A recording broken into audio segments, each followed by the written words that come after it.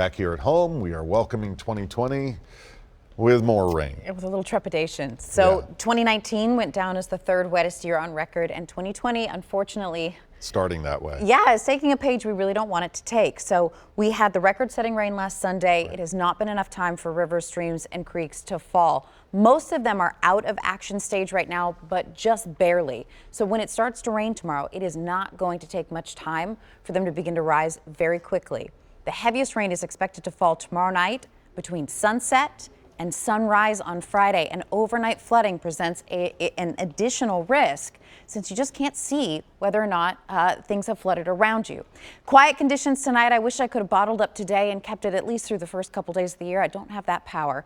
40s and 50s is where we topped out today. This is how things break out over the next few days. Showers will be back in the area by sunrise tomorrow, but the heavier rain won't arrive until closer to lunchtime. The heaviest is expected to fall from sunset tomorrow night through sunrise Friday morning. That's likely when the runoff will also be at its highest, meaning that's when the flood threat will be highest. It's not impossible as the system pulls away on Saturday that a few snowflakes may mix in. Accumulations are incredibly unlikely at best. The northern parts of the plateau may see a brief dusting. That is really not the key impact to this story. The key impact is our flood risk.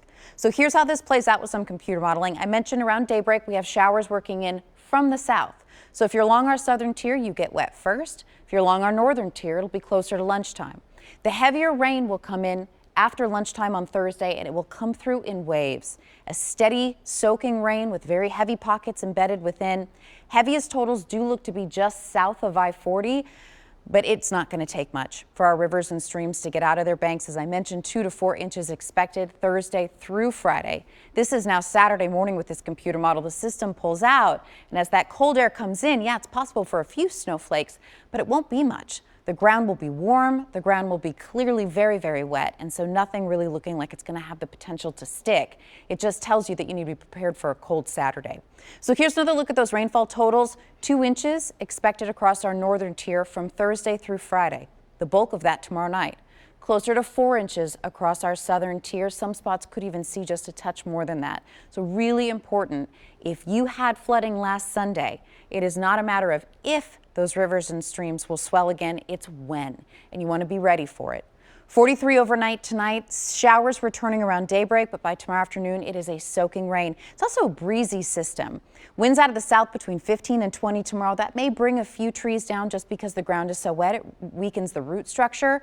Not the biggest threat, just something to be prepared for. As long as that southerly wind stays strong, temperatures will actually stay very mild with this. Mid-50s tomorrow, despite the fact that we've got a steady rain Thursday through Friday, we'll be near 60 by Friday afternoon. Then it all comes crashing to an end. You wake up Saturday in the 30s. By Saturday afternoon, Rory, we may not rise much, just barely touching the low 40s before we are back down in the 30s. This does not look to be the only rainmaker in the next 7 to 10 days. More rain next Tuesday. Long-range models look to bring us even more by next weekend. Wow. Bree, thank you.